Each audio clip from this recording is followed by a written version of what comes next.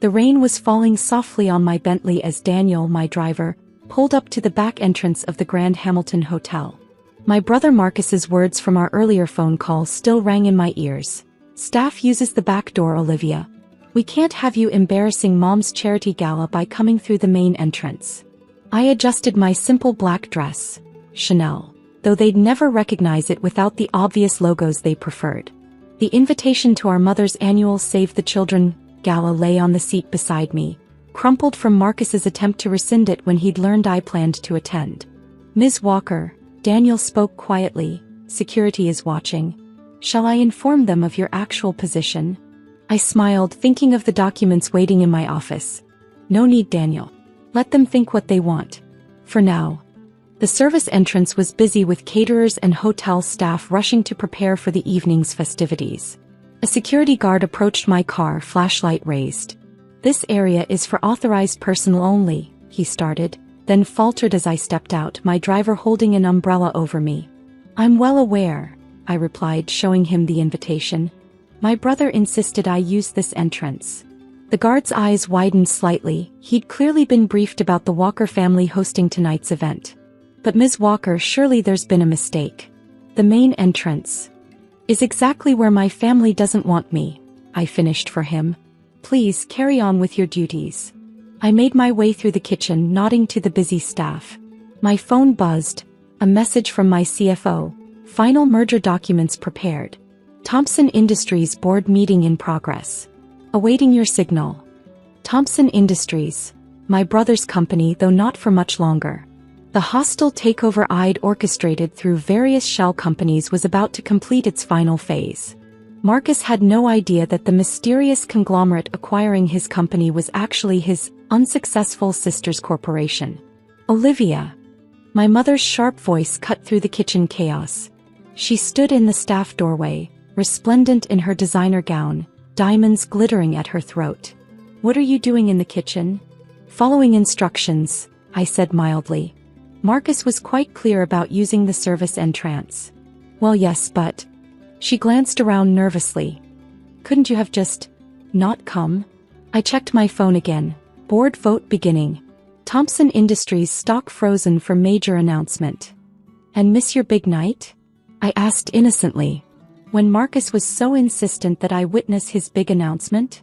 My brother had been hinting for weeks about some major development at Thompson Industries. He didn't know that I'd orchestrated every aspect of his company's recent successes. Successes that had actually been carefully planned steps in my acquisition strategy. My mother sighed. "Try not to draw attention to yourself. The governor is coming and several major CEOs. We can't have the failure of the family embarrassing you," I supplied. "Don't worry, Mother. I'll be as invisible as you want me to be." She fled back to the main ballroom, leaving me to wind my way through the service corridors. Another message flashed on my phone. "Vote complete. Preparing announcement." The ballroom was a study in excess, crystal chandeliers, elaborate flower arrangements, and Chicago's elite mingling in their finest. My brother held court near the stage, gesturing grandly as he spoke to a group of investors. "Can't believe she actually came," I heard him tell his wife Lisa, probably hoping to network her way into a real job finally. I smiled, thinking of my office on the top floor of Chicago's most prestigious building, the one my family thought was still owned by a mysterious European investment group. They had no idea I'd bought it last year. "Ladies and gentlemen," the event coordinator announced, "please take your seats. Mr. Marcus Walker has a special announcement to make." I found my place card at the very back of the room next to the kitchen doors. Perfect viewing position for what was about to unfold. My brother took the stage, confidence oozing from every pore of his custom-made suit. "Distinguished guests, fellow philanthropists, I have exciting news to share. As CEO of Thompson Industries, I'm proud to announce." My phone rang, the sound cutting through his speech. Every head turned toward the back of the room. Marcus glared at me from the stage. "Sorry," I said, "not sorry at all," as I answered the call on speaker. "Yes." My CFO's voice filled the sudden silence. "Ms. Walker, the board vote is complete. You now own controlling interest in Thompson Industries. Shall we proceed with the press release?" Marcus's face froze mid-sentence. Our mother's champagne glass slipped from her fingers, shattering on the marble floor. Sometimes success doesn't need announcing. Sometimes it announces itself with perfect timing and poetic justice. Actually, I said clearly into the phone, I think I'll deliver the news personally. I'm at a family gathering right now. The smirk had completely vanished from my brother's face, replaced by something between panic and disbelief. Because sometimes the service entrance leads straight to the owner's office. The ballroom had fallen into a shocked silence that seemed to crystallize around my brother's frozen form on stage. My phone still echoed his company's fate in my CFO's crisp tones. Ms. Walker, would you like me to patch in the board members? They're eager to speak with their new majority shareholder. Marcus stumbled slightly, gripping the podium. New majority shareholder? I stood up slowly, smoothing my Chanel dress. Put them through, James. And activate the hotel's main screen, please. I believe my credentials should override their system. The massive screen behind Marcus flickered to life, displaying the Thompson Industries logo, which was already being updated with my company's branding. The board members appeared in a grid, their faces serious. Ladies and gentlemen, I addressed both the gala attendees and the board members walking toward the stage. I believe my brother was about to make an announcement. Perhaps I should help him finish it. This is impossible, Marcus sputtered. Thompson Industries isn't for sale. I would know if someone was buying shares. I'm the CEO. Correction, I said mildly. You are the CEO. Phoenix Global Holdings has been acquiring shares through various subsidiaries for the past 18 months. As of 5 minutes ago, we own 51% of Thompson Industries. Our mother had sunk into her chair, her perfectly manicured hand clutching her pearls. The governor leaned forward, suddenly very interested in the family drama unfolding before him. Phoenix Global? Marcus's wife Lisa whispered. But that's the multinational that's been revolutionizing traditional industries. Their CEO is standing in front of you, I completed her sentence. Though you might know me better as the failure who needs to use the service entrance. The board members on screen were nodding in approval. They'd known who I was all along. I'd met with each of them privately over the past year, sharing my vision for Thompson Industries' future while my brother remained blissfully unaware. Mr. Walker, one of the board members spoke up, perhaps you should step down from the podium. Your sister, our new majority shareholder, appears to have the floor. Marcus's legs seemed to give out as he slumped into a nearby chair. I took his place at the podium, facing the room full of Chicago's elite, people who had spent years dismissing me at my mother's parties. For those who don't follow business news, I began, Phoenix Global Holdings has spent the past 5 years acquiring and transforming underperforming traditional companies. Thompson Industries will be our largest acquisition to date, valued at approximately $3 billion. The room erupted in whispers. My mother had gone pale, probably calculating exactly how many times she told me to get a real job over the years. But your consulting business, Marcus found his voice. That tiny office downtown was a subsidiary of Phoenix Global, I explained. One of many. Though if you'd ever actually asked what I did instead of assuming, you might have noticed that my tiny office occupies the top 10 floors of Chicago's most prestigious building. My phone buzzed again. The press release was going live. Headlines would be hitting any second now. Right on cue, the guests' phones began chiming with notifications. Thompson Industries acquired in surprise takeover. Phoenix Global's mystery thaw revealed. Chicago's largest corporate acquisition of the decade. Lisa was frantically scrolling through her phone, her face growing paler by the second. Your net worth. The Forbes list. Oh my God. Yes, I nodded. That too. Amazing what one can accomplish while being dismissed as a failure, isn't it? The board members on screen were still watching, clearly enjoying the show. They'd all faced Marcus's arrogance over the years. His assumption that his position was untouchable, his dismissal of innovative ideas, his reliance on family connections rather than actual business acumen.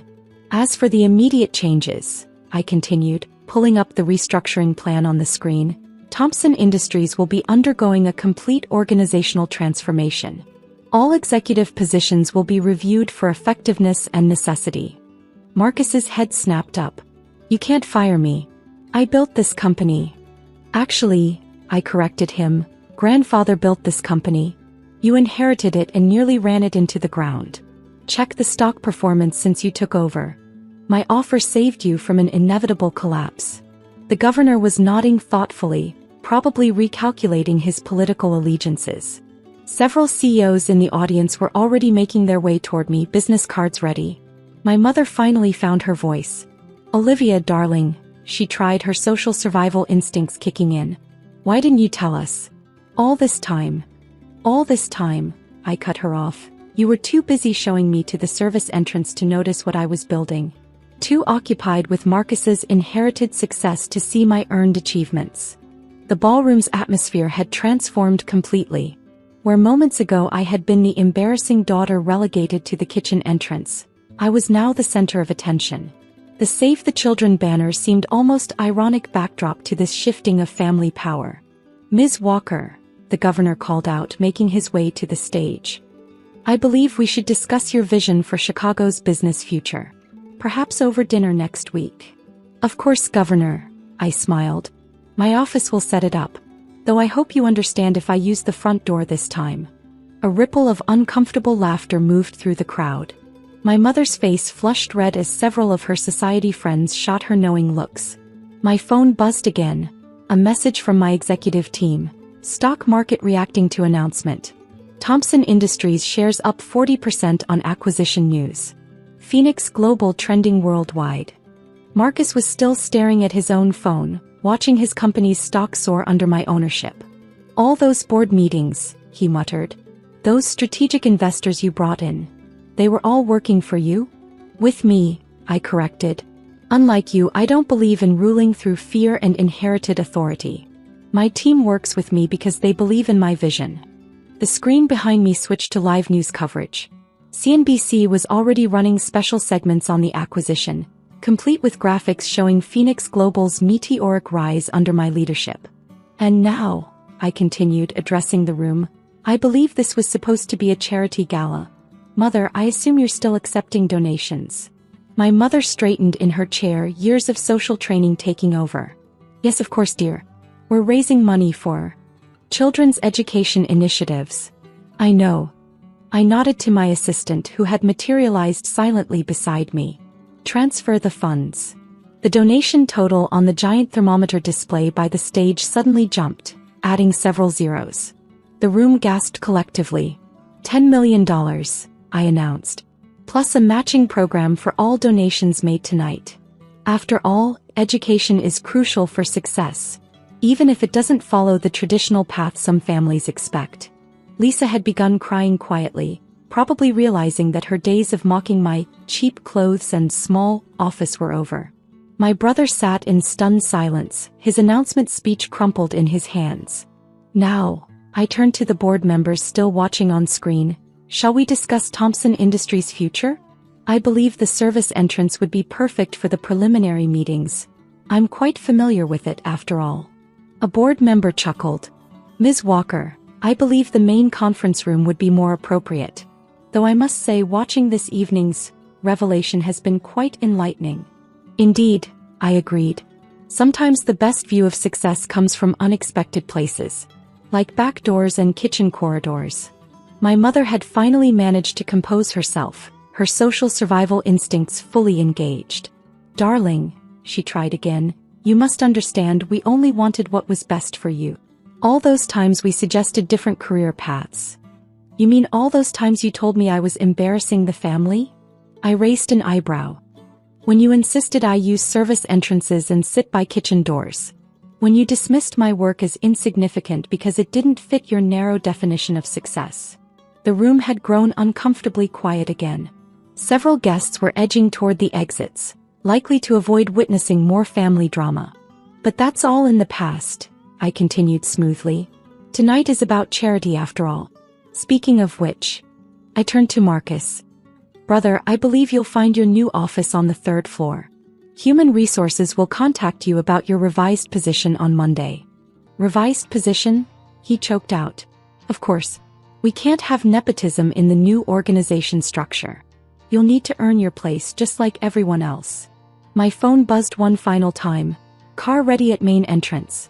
Asian markets opening in 30 minutes. Ladies and gentlemen, I addressed the room, thank you for witnessing this evening's unexpected merger announcement. Please continue supporting this worthy cause. My team will handle any press inquiries. As I stepped down from the podium, the crowd parted like the Red Sea. CEOs who had previously ignored me at these events were suddenly very eager to exchange business cards. Society women who had whispered about my unfortunate career choices were now gushing about my brilliant business acumen. Olivia, my mother caught my arm as I passed. Sunday dinner? We should talk about all this as a family. I gently removed her hand. I'm afraid I'll be in Tokyo on Sunday. Board meetings, you understand. Business success requires attention. Isn't that what you always taught me? But we're family, she insisted. Family. I smiled slightly. Family doesn't banish members to service entrances. Family doesn't measure worth by job titles or social status. Family supports each other's dreams, even when they don't match predetermined expectations. I reached the ballroom's main doors, the ones I'd been forbidden to use hours earlier. Turning back one last time, I surveyed the scene. My brother slumped in his chair, his wife dabbing at her mascara-stained cheeks, my mother standing lost in her designer gown, and the charity gala's guests pretending not to stare. Oh, and mother? I called out. Next time you host an event, do remember, success doesn't always wear a name tag or come through the front door. Sometimes it arrives through the service entrance, quietly building empires while others are busy maintaining appearances. The doors opened onto the hotel's grand lobby, where reporters had already gathered. Camera flashes erupted as I emerged, Chicago's newest revealed billionaire, the mystery CEO of Phoenix Global, the woman who had just orchestrated the city's largest corporate takeover. Ms. Walker, they called out. How does it feel to be Chicago's most powerful businesswoman? I paused, thinking of all the family dinners where I'd been told to dream smaller, all the parties where I'd been hidden away, all the success I'd built while they weren't watching. Power isn't about who enters through which door, I replied. It's about what you build while others are busy guarding the entrance. My car waited outside, at the main entrance this time. As I slid into the leather seats, I caught a glimpse of my family through the ballroom windows, still frozen in their moment of realization. They had made me use the service entrance at Mom's party. I had bought the entire building. The email arrived while I was organizing files in my cubicle. Mandatory meeting in conference room A, all accounting staff. I glanced at my sister Sarah's office, her nameplate gleaming with Senior Financial Manager, while mine read simply Account Coordinator. She caught my eye through the glass walls and smirked, adjusting her designer blazer. I was used to her condescension. Ever since I chose to start working right after high school instead of going to college like her, Sarah had treated me like I was beneath her. When she helped me get an entry-level position at her company 2 years ago, she made sure everyone knew it was charity for my uneducated sister. What I never told her was that while she spent 4 years getting her finance degree, I'd been taking online courses in forensic accounting and computer security. My entry-level position was perfect for what I really wanted to learn: how money actually flowed through major corporations. The conference room was packed when I arrived. Sarah stood at the front with our CEO, Mr. Richardson, looking grave.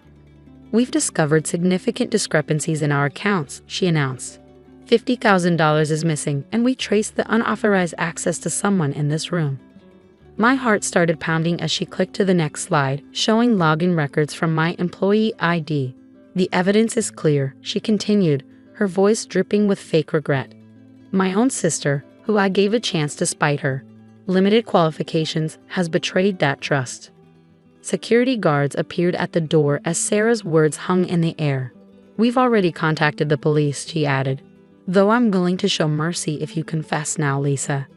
I stayed silent, my hands steady as I gathered my belongings. I'd seen this coming for weeks, the way Sarah had been asking me to cover extra shifts, insisting I use her computer since mine was being upgraded.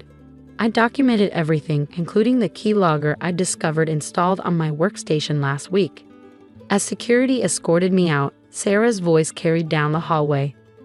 I guess it's true what they say about uneducated people. They always resort to stealing.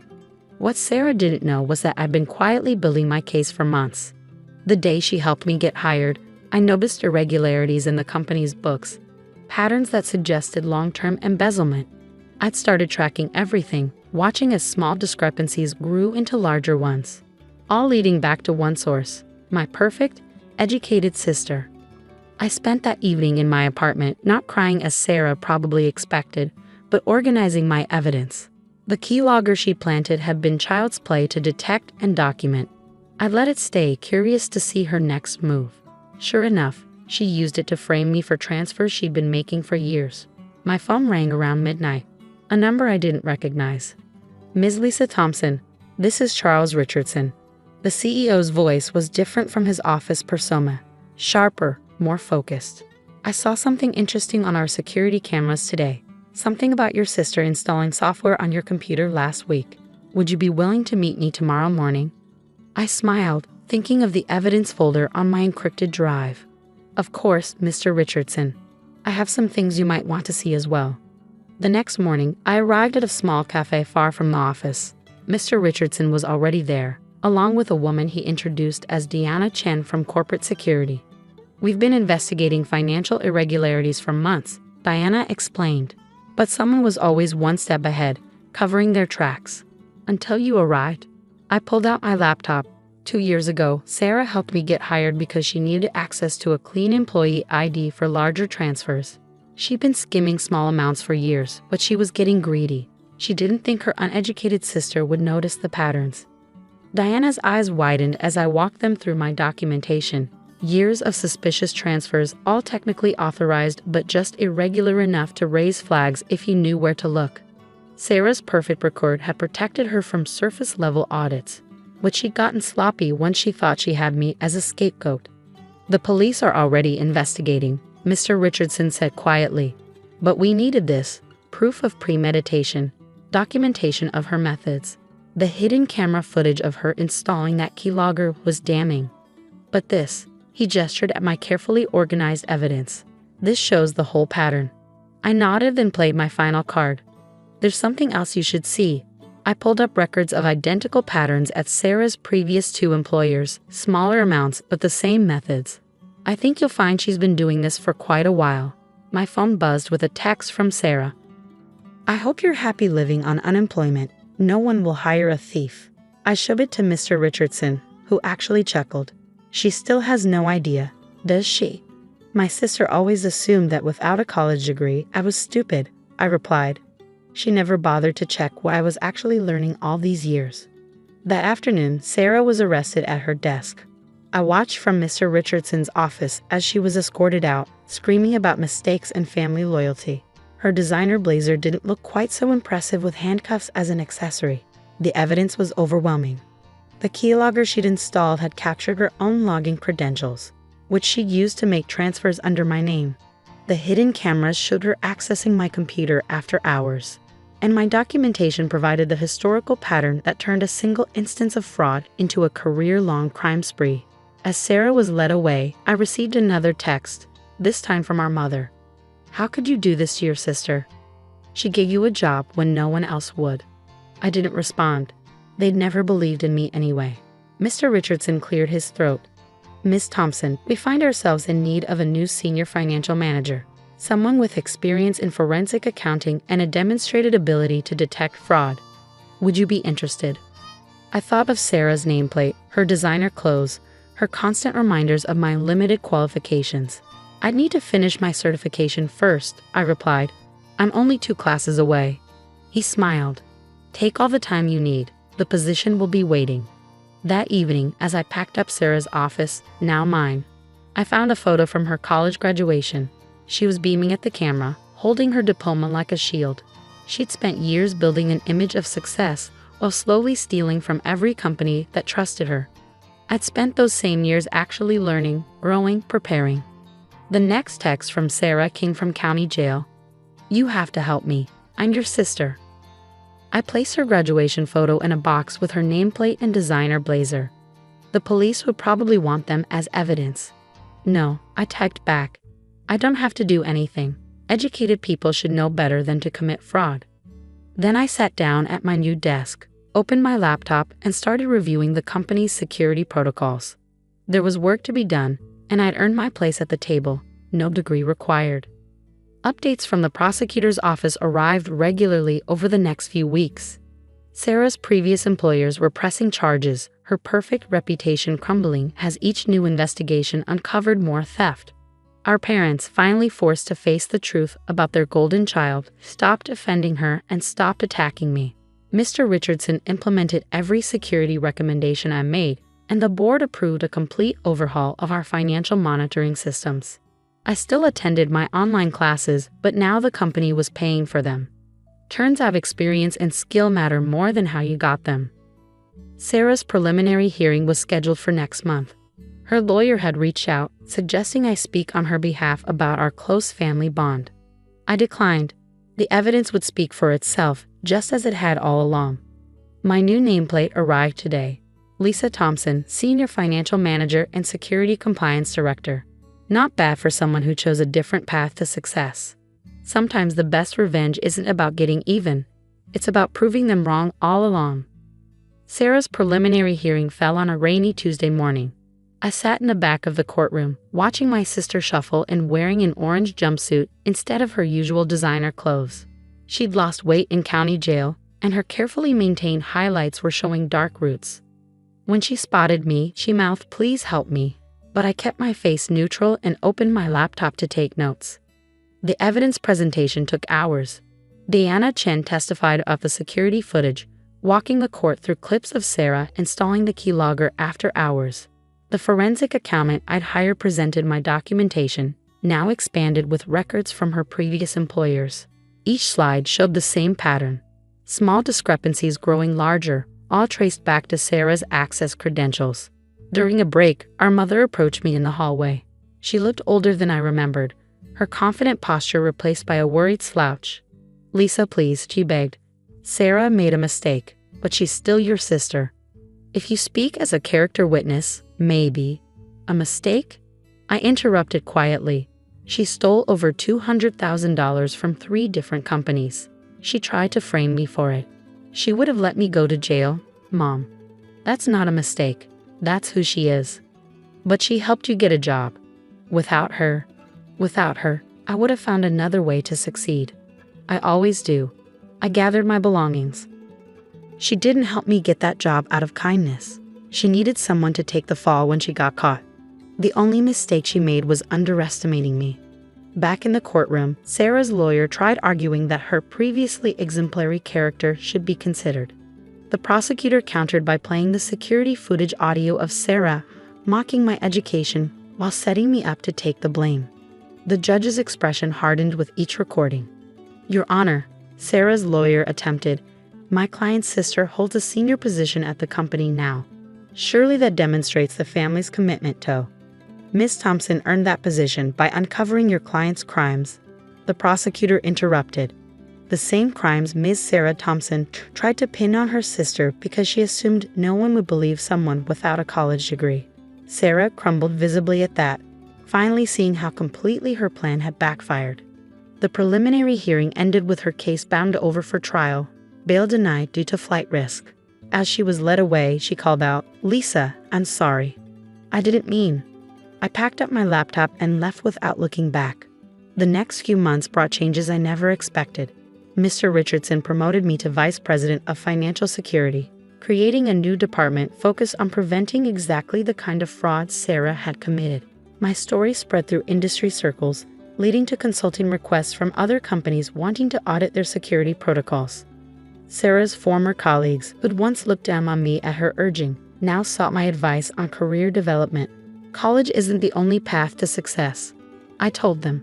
"It's about what you learn, not where you learn it." The prosecution offered Sarah a plea deal, 15 years with possibility of parole after 7, in exchange for a full confession. She took it, probably hoping to maintain some control over the narrative. But her confession revealed even more than we'd known. She'd started stealing in college, using student organization funds to maintain her expensive lifestyle.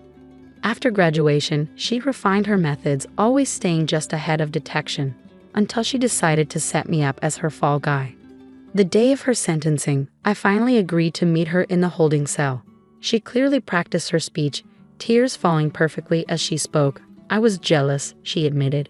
You were always so capable, making your own way, learning what you wanted. I had to follow mom and dad's perfect plan, get the perfect degree, live the perfect life. But it was never enough. So you decided to steal what you couldn't earn, I finished, and blame it on me because you thought no one would believe I could catch you. I'm your sister, she whispered. Doesn't that mean anything? I stood up. It meant something when you helped me get hired. It meant something different when you tried to send me to prison. Now it just means I know exactly who you are.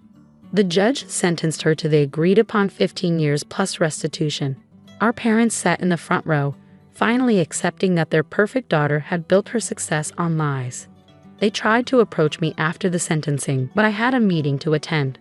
That meeting changed everything. A major financial security firm had heard about my work on Sarah's case.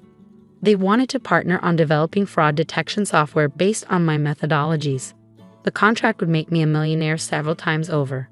We love that you learned this through experience, the CEO told me. Anyone can follow textbook methods. You found patterns others missed because you looked where they didn't think to look. As I signed the contract, my phone buzzed with a message from the prison. Sarah had lost her appeal. She wanted me to help fund her commissary account since our parents couldn't afford to support her anymore. I deleted the message without responding. Later that week, I got an interesting email from Sarah's last victim, her previous employer. Their audit had revealed that she hidden some of her stolen funds in overseas accounts. They wanted to hire me to trace the money. The fee they offered would cover a down payment on the house I'd been eyeing. I took the job, of course. Let Sarah sit in prison, knowing that with every case I solved, every fraud I uncovered, I was building the career she tried to steal from me. Her perfect degree hung on a prison wall, while my experience opened doors she never even knew existed. Our parents finally stopped trying to contact me after I blocked their numbers. They'd spent years praising Sarah's academic achievements while dismissing my practical experience. Now they could spend years visiting her in prison while reading about my success in the financial press. 5 years after Sarah's arrest, I stood at a podium accepting an industry award for innovation in financial security. My online degree hung in my office alongside certificates from specialized training programs. Proof that education comes in many forms. A reporter asked about my unusual career path. Success isn't about where you start, I told her. It's about paying attention, learning constantly, and being ready when opportunity appears. Sometimes the best opportunities come disguised as someone else's attempt to destroy you. Sarah still writes sometimes through the prison email system. She's teaching other inmates about finance, she says. Claims she's changed. Maybe she has. But her last email caught my attention. I'll be up for parole in 2 years. I've learned so much from my mistake. Maybe you could hire me? Give me a chance I once gave you. I archived the email without responding. Some lessons take longer to learn than others.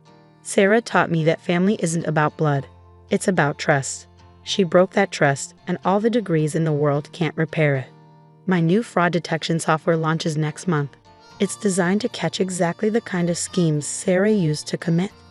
In the end, her attempt to destroy me gave me the knowledge to help others protect themselves. That's a kind of justice even she couldn't steal. The company's annual report came out yesterday. There's a whole section about our new security protocols, complete with a photo of me at my desk. No designer clothes, no fake smile. Just the quiet confidence of someone who knows exactly what she's worth. Sarah will probably see it in the prison library.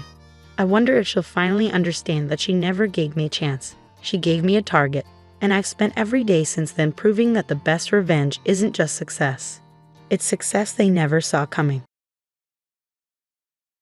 The day I signed away my inheritance was cold and gray, fitting for both a funeral and a betrayal. My brother Michael stood over me, his expensive suit perfectly pressed, watching as I held the pen with trembling fingers.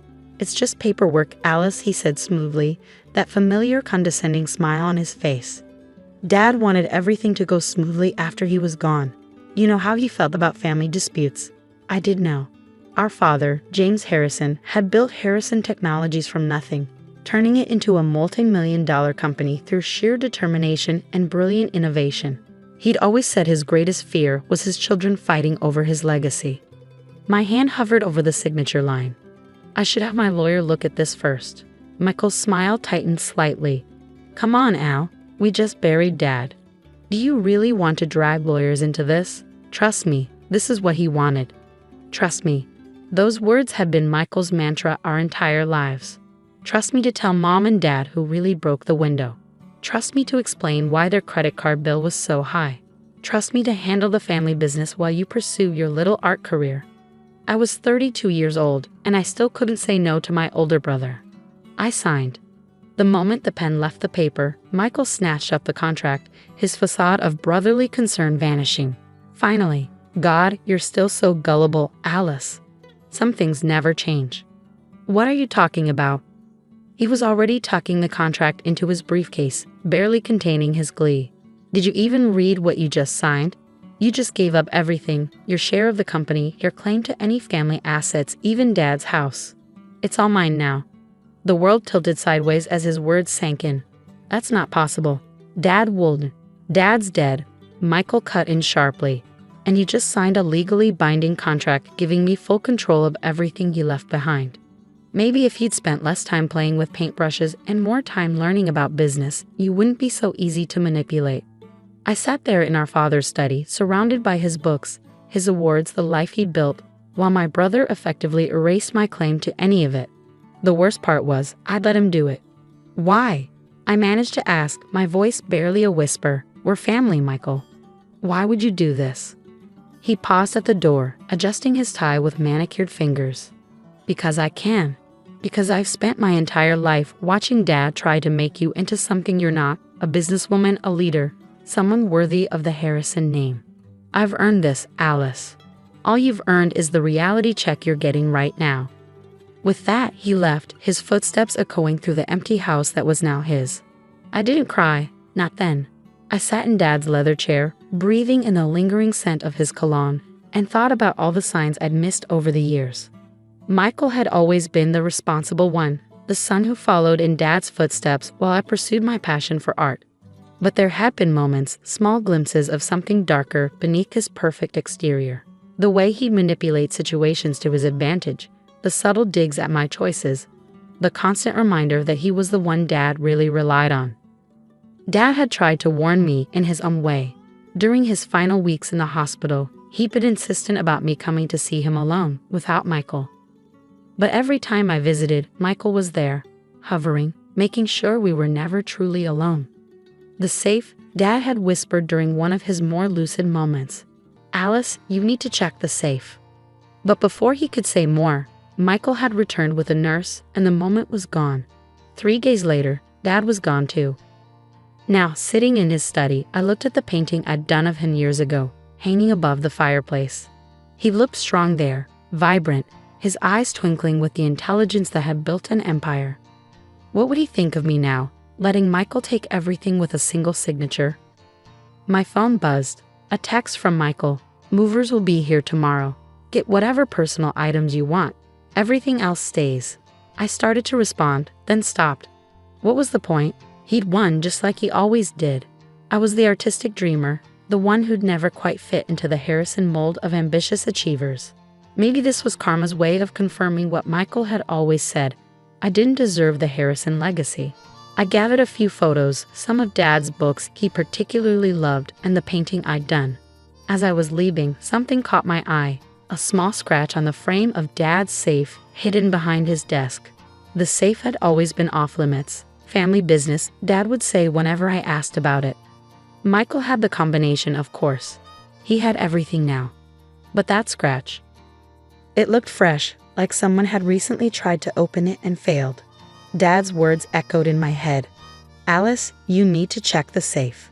I touched the metal door gently, feeling its cold solidity. What secrets did it hold? And why had Dad been so insistent about me seeing it?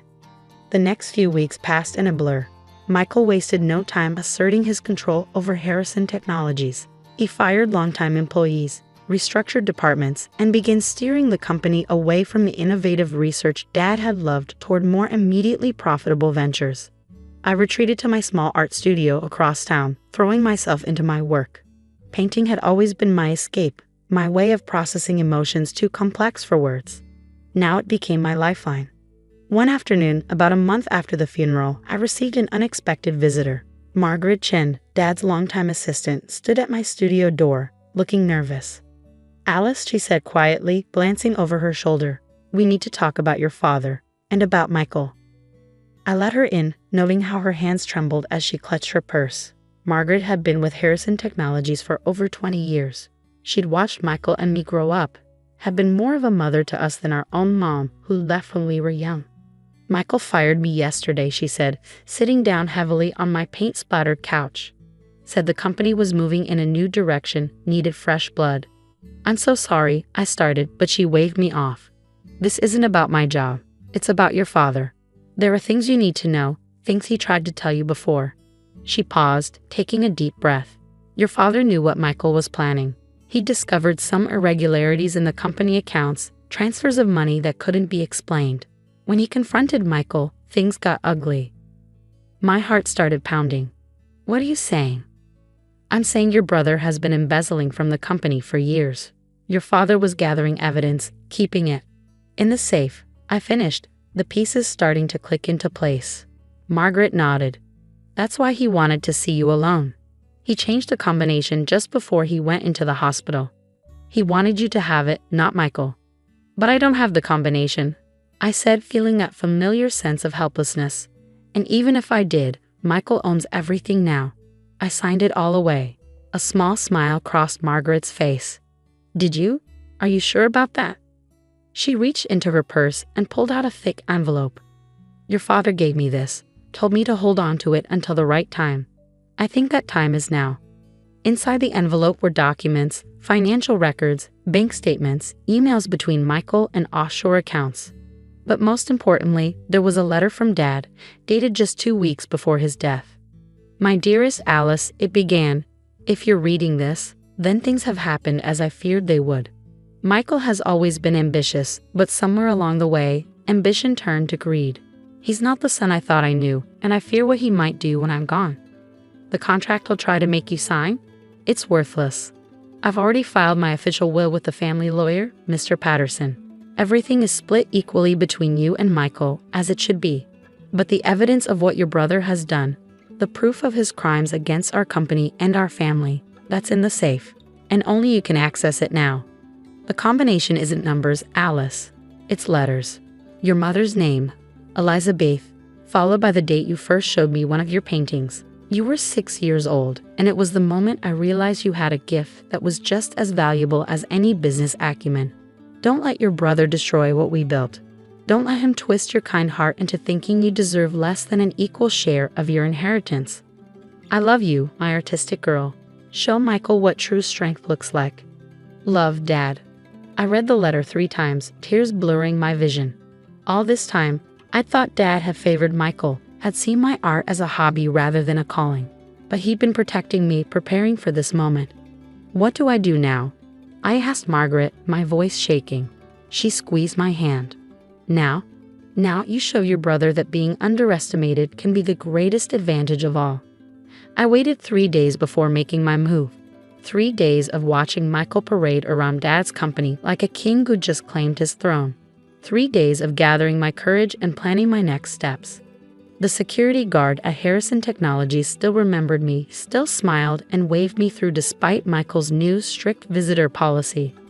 Some loyalties, it seemed, ran deeper than a change in management. It was late evening when I entered Dad's old office. Michael had already moved in, of course. The painting I'd done was gone, replaced by generic modern art. Dad's beloved books had been cleared out to make room for sleek industry awards. But the safe was still there, hidden behind the same oak panel it had always been behind. My hands trembled as I input the combination. Elizabeth, my mother's name. Then 061,996, June 19, 1996, the day I'd proudly shown Dad my first real painting. A cat, badly proportioned but full of the energy only a 6-year-old could capture. The safe clicked open. "What the hell are you doing here?"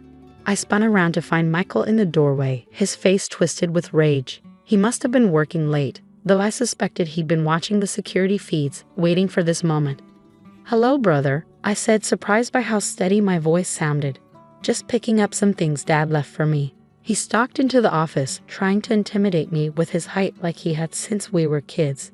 You signed away any right to anything in this office. Get out before I call security. I stood my ground. Actually, I don't think I did. Sign away my rights, that is. You see, I've been doing some reading. About contract law, about inheritance rights, about fraud. His step faltered slightly. What are you talking about? Did you really think Dad wouldn't protect me from you? I reached into the safe and pulled out a thick folder. He knew what you were doing, Michael. The money you've been stealing, the accounts in the Caymans, all of it. The color drained from his face. You're lying. Dad trusted me with everything. Did he? Is that why he changed the safe combination before he died? Why he tried so hard to talk to me alone in the hospital? I opened the folder, letting him see the contents, bank statements, transfer records, emails he thought he'd deleted. It's all here, Michael. Every crime, every betrayal, every cent you stole from Dad's company. He lunged for the folder, but I stepped back, quick and ready. This time, I wouldn't let him bully me. Don't, I said sharply. Copies are already with the family lawyer, and the SEC. Touch me, and they go public immediately. Michael's hands clenched into fists. You wouldn't dare. It would destroy the company. No, it would destroy you. The company will survive under new management. I pulled out another document from the folder. Dad's real will, properly notarized and filed with multiple law firms. Funny thing about that contract you made me sign. It's pretty hard to sign away an inheritance that's protected by multiple legal safeguards. This is ridiculous, he sputtered, but I could see the fear in his eyes. You don't know anything about running a company. You're an artist, for God's sake.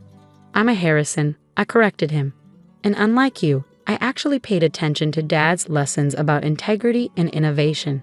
Did you really think all those hours I spent in his office, painting while he worked, were wasted? I learned everything, by watching, by listening, by caring about more than just profit. The truth hit him then, and he sank into Dad's chair. No, my chair now. What do you want? Simple. You're going to resign as CEO, effective immediately. You'll return every cent you stole with interest, and you'll never come near this company again. And if I refuse? I smiled, thinking of all the times he used that same smug expression against me.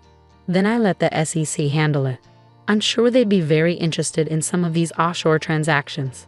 He stared at me for a long moment, and I saw something I'd never seen in my brother's eyes before. Respect, tinged with fear. When? He finally asked. When did you get so calculated?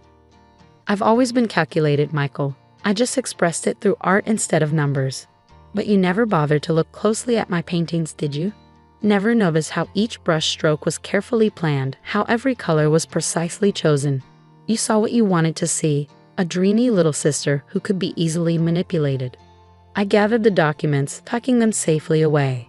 You have until tomorrow morning to draft your resignation. After that, everything goes public. As I turned to leave, he called out, Alice, did Dad really change the safe combination to your painting date? I paused at the door. He did, because he knew you'd never remember it. You never thought art was important enough to pay attention to. The next few weeks were a whirlwind of change. Michael resigned, citing personal reasons and a desire to pursue other opportunities. The money he'd stolen was quietly returned. The board, upon reviewing Dad's will and the circumstances of Michael's departure, voted unanimously to install me as CEO. It wasn't easy. There were whispers, doubts, concerns about an artist running a tech company. But I had something Michael never did. Dad's vision for what Harrison Technologies could be.